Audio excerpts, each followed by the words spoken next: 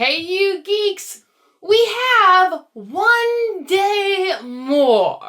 Tomorrow we'll discover what our God in heaven has in store. Until Wind and Truth drops. Fortunately, my flight back from Utah should give me plenty of time to cram the tome before giving you a non-spoiler review next week. Hope to see you there. Until then, let us review these final two interlude previews. One interlude I expected, and one I did not. So, let us scrutinize all the possibilities of the revelations revealed herein. Elevation. El continues to be the ultimate fused Chad, and just jaunts on into the vault at Kolinar to make sure that Yezrian the Herald is completely, utterly, and totally all dead. Go through his clothes and look for loose change. Thereby closing off any possibility that the original Heralds will ever get the band back together, like the Beatles. This, of course, brings Odium's attention and a revelation of sorts for El about his god. El had walked in here expecting imprisonment, probably execution and forced rebirth. Instead, it seemed he was leaving with an army, a promise, and a new god who might at last be able to conquer the entire cosmere. What an enchanting day! In his head, he began to compose a poem to celebrate this new god he was delighted to worship. This is our first indication, at the first available opportunity, that the interludes aren't lining up exactly with the days that they are positioned thereafter, as El's musings for his poem are quite notoriously written on the first of the final 10 days, and if we're counting by Wind and Truth standards, we're on day 2. Now, maybe El can't count, and maybe that's an exploit that the Radiants will take advantage of later, but I doubt it. It is in those musings of Rhythm of War where we first heard vague ideas of El leading armies and leading humans to passion and taking on the cosmere in Odium's name. But this interlude levels it up to specify what I had long suspected, that El himself would be leading an attack at the Shattered Plains. You will take leadership of my armies to assault the Shattered Plains. Travel to the peaks via Shanaim, and I shall send Dagonarthus to you. Use her particular talents to take the garrison at the peaks and claim the Shattered Plains in my name. I will pay her price another time. We'll get to the Unmade a little later. For now, let's focus on Taravangian elevating El above all other fused without a name, and that he won't just dispose of a tool because it has failed him. So it seems that even if El fails to take the Shattered Plains, as that is the only happiness I really think Sanderson will give us in this book, El himself will still be around in the back 5 to take on the cosmere. But first, Odium's plan for Roshar domination. Fluffy's master plan for world domination. We're getting, straight from the horse's mouth, Odium's plan for conquering Roshar in 10 days. I have a plan to capture the entire world, and am confident in my ability to secure Thelena and Shinovar. As for Azir, my predecessor left an army that had been heading towards lasting integrity, which I was able to turn. It lacks fuse, and now surprise, but I think it should be sufficient to claim Azimir. But the Shattered Plains trouble me. The explanation that old Odium had been leading an army to attack lasting integrity makes sense because that is the kind of full frontal attack that Race would have totally relied on. And it's very in keeping with Taravangian to twist that into a tricksy manipulation. Skipping Shinovar for now, it seems that Taravangian's short-sightedness is already showing through. He doesn't mention hair dads, but then again, who else actually cares about hair dads? We're so low on the food chain, we're underground. As for Azamir, first it strikes me that Odium is not sending L to attack the troops that Dalinar is sending to relieve Azamir. Though I think that Odium must have a plan for those as well, else he would not be so confident. Still, it seems like poor strategy for Odium to have committed his reserve troops to the shattered plains before the first shot has been fired. Seems like poor strategy even if he does have future sight. So there is some logistical hope for Azamir after all. Narratively, if the Shattered Plains is going to get hit with 2 waves of attackers, then they are the most likely city to get totally damseled and cut off from the rest of the world, lower circles in flames, and need serious rescuing. I've already theorized how the listeners might ride to their aid. Ride for ruin, and the world ends! And it's relatively easy for the forces at Thalena, once Yasna reaches her full potential, to switch the Oathgate platforms directly, is to just do that once the Skybreakers find honor, or... Yet Azamir still poses a problem. How could they send help from their Oathgate if their Oathgate is corrupted, and they have no one that we know of with the powers of transportation readily available? Perhaps Zajanot will help them, or perhaps Sanderson will kill them all off to prove that the situation is dangerous. Wipe them out.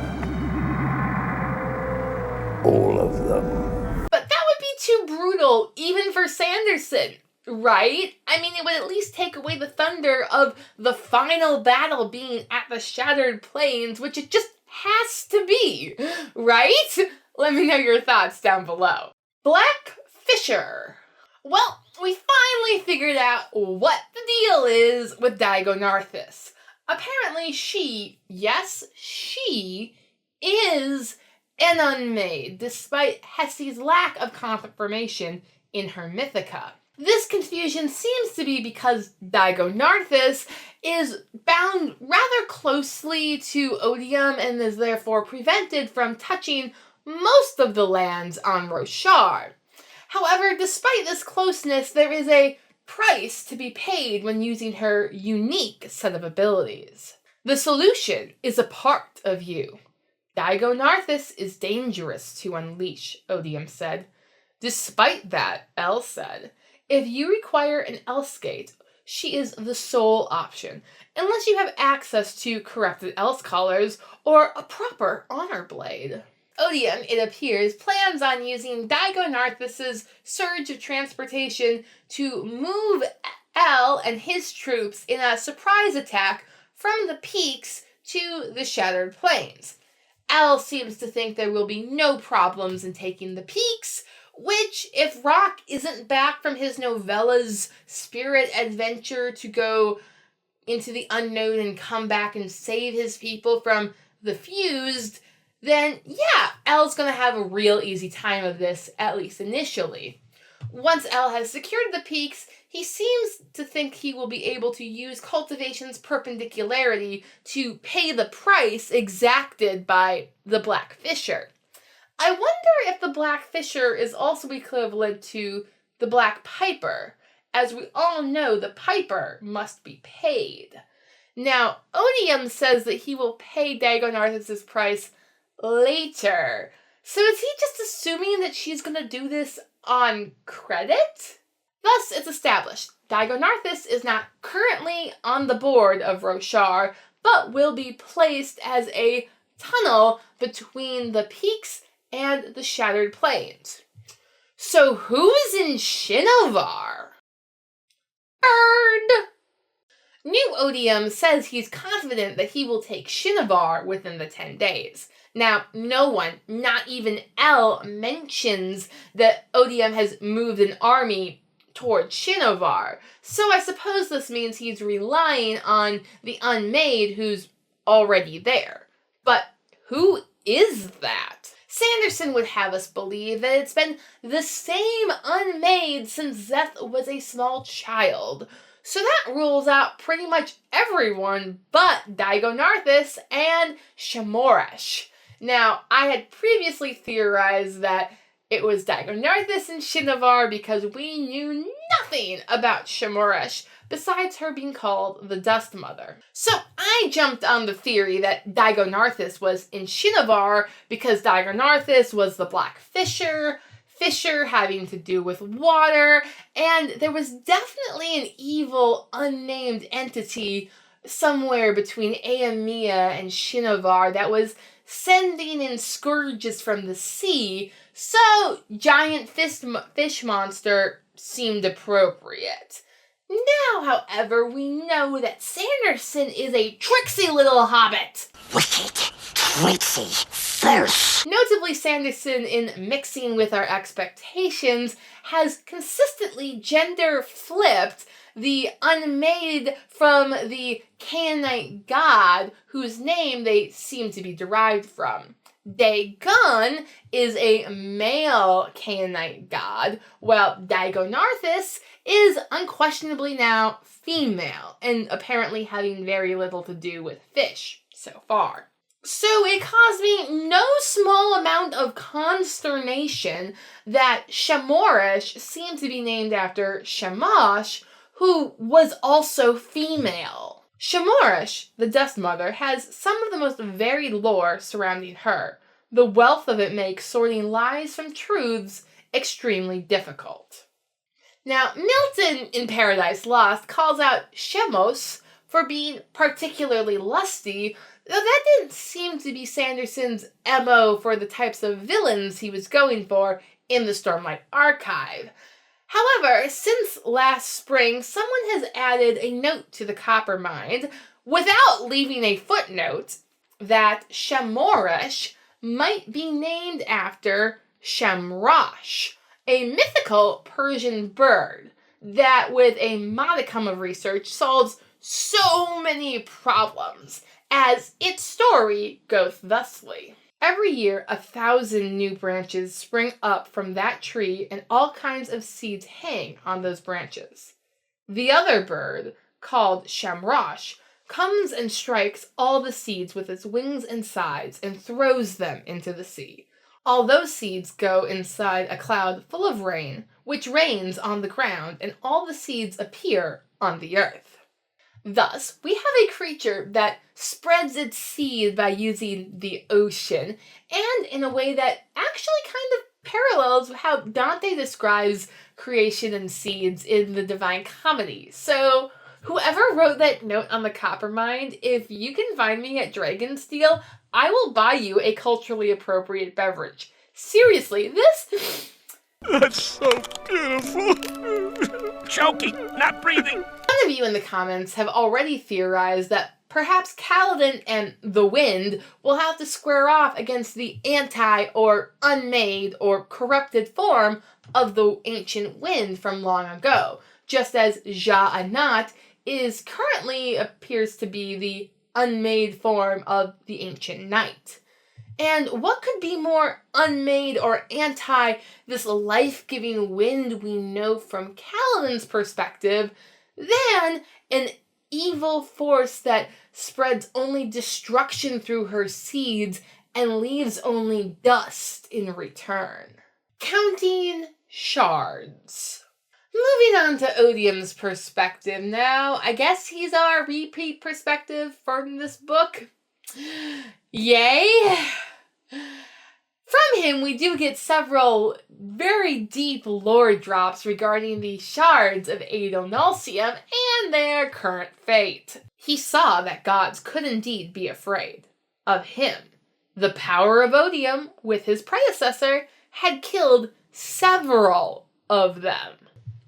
Several? What is a Rosharian doing using base 7 as a figure of speech? They use tens. Now, maybe Odium can't even lie to himself and round up that high in his favor, but still, 3 is the number of confirmed kills we know of. Aeona, Sky, Devotion, Dominion, on Cell, and Ambition near Threnody, which caused the Threnodite Shades. So that, in Earthspeak, is a few, not several. Now, we do know that there are 2 completely unknown shards. Well, one that's a completely unknown that we could attribute to being killed off by Odium already, and one that is devoted somehow to survival, according to Sanderson. Now it would be incredibly hilariously ironic if that shard was, or at least their bearer, was already dead. Perhaps Kelsier is going to pick it up in Mistborn Era 3. With those 5, maybe several. There's also Virtuosity, who we know splintered herself, and maybe that was done out of fear of Odium or at Odium's bidding, so we could give him up to 6. And that gets us to several-ish. Either that, where we assume everyone that we don't know is dead at Odium's hand, or perhaps there are other shards that are better at hiding from Odium than even Valor herself, who, although has disappeared from Odium's perspective, is still on speaking terms with Harmony and perhaps Hoyd. I do think that Valor is reasonable and suggest you approach her again. It has been too long, in her estimation, since your last conversation. It's encouraging to think that Valor might join Hoyd's fight against Odium, since Honor seems to be super dead and possibly, anti-everyone living right now. I suppose that Mercy is worrisome from Harmony's perspective, because Mercy went toe-to-toe with Odium, along with Ambition, and Mercy walked away, while Ambition did not. And Odium also walked away, because Mercy, I guess, couldn't kill him? Didn't Mercy get the message from Poseidon? Ruthlessness is mercy upon ourselves. So I think that accounts for pretty much every shard that Odium will totally, or now, maybe not, decide to conquer. Feel something so right, doing the wrong thing. As established in his first interlude, Taravangian now as Odium outside of time, space, Euclidean geometry, is now at all times diametrically pulling himself apart between his passionate horses and his reasonable charioteer. These 2 now diametrically opposed foes, he's found a sort of middle ground, a compromise between, and that is self-imposed flip-floppery. In a moment, Taravangian felt as if he were that same man he'd been long ago. Very well, he said, turning from her. Not in shame. He would not accept that emotion now, but in compromise. I will try. He was a god divided. What if he let each side rule in turn?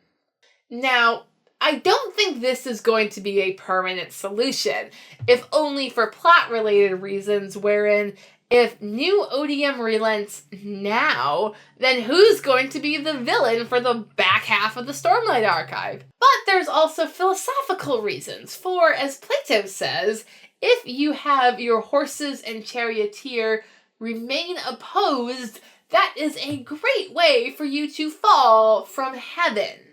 You fall in flames. Cultivation may say, oh, he's always frightened me, but I had to do it. Yet I think she messed up. Thus, in order to cultivate Taravangian's odious side, she had to prune his sense of unity. And unity is so central to the concept of Roshar, the Spren of Roshar, that it is whispered on the wind itself to anyone who would listen, specifically Dalinar. And Dalinar also suffered a pruning from cultivation, but only when he was made whole by her allowing himself to grow back could he find unity and stand up to Odium himself. Yet this idea seems almost anathema to cultivation's plan with Odium now. It almost seems like she doesn't understand what unity is, and that may mean that her shard, disunited from its fellow pieces of Aeonalcium, may have more control over her than Corvellium and Vast would like to let on. And perhaps that is why the other shards of the cosmere, as Odium sees it, are currently just as afraid of her as they are of him. I hope to see you next week for the non-spoiler review of Wind and Truth, along with many weeks afterward as this channel explores the cosmere and the epic other worlds of myths and fantasy. Please like, share, and subscribe if you want to see more. Thanks for watching! Bye!